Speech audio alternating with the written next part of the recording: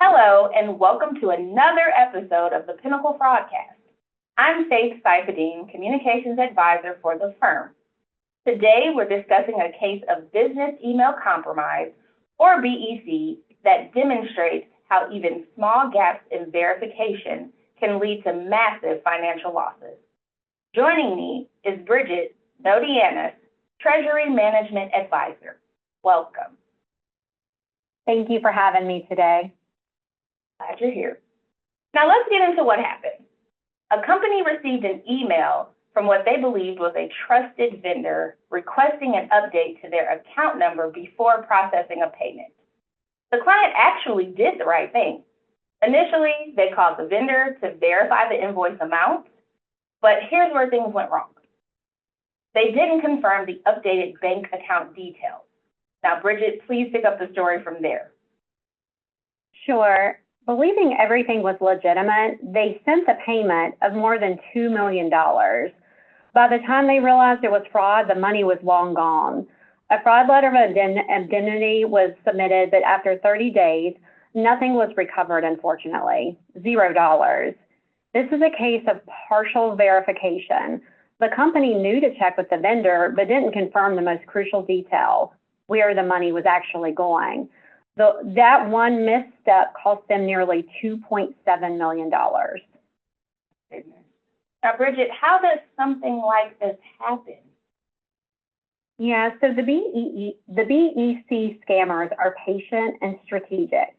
In many cases, they, one, hack or spoof vendor emails, either by compromising a real email account or creating a fake one that looks nearly identical. Number two, they send fraudulent payment details. The email looks completely normal, except for one crucial detail.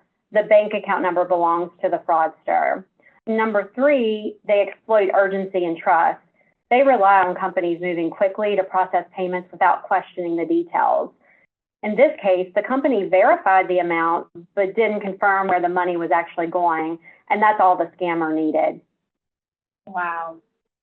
So what should businesses take away from this, and how can they protect themselves from making the same mistake? Sure. There are several steps that companies should take. Number one, verify all payment details, not just the amounts. When confirming a payment request, don't just check the invoice amounts. Always verify the bank account number directly with the vendor using a known phone number, not the one in an email. Number two, implement strict dual authorization. Any request for a bank account change should require two separate levels of approval. One person verifies the payment, and a second person independently calls the vendor to confirm the banking details. And number three, teach employees to recognize red flags. Be cautious of emails that create urgency or pressure to process payments quickly. Always double check email addresses for subtle misspellings or domain changes. These are good tips. Now I have one last question. What's your top advice for businesses trying to stay ahead of these scams? Yeah, my advice would be to slow down and verify. Scammers really rely on businesses moving quickly and trusting too easily. If something feels even slightly wrong, pause, confirm, and double check. It's always better to spend 5 extra minutes verifying a payment than to lose millions trying to recover it. That's a powerful message. Bridget, thank you for sharing your insights today. Thank you for having me. Well, that's it for this episode of the Pinnacle Fraudcast.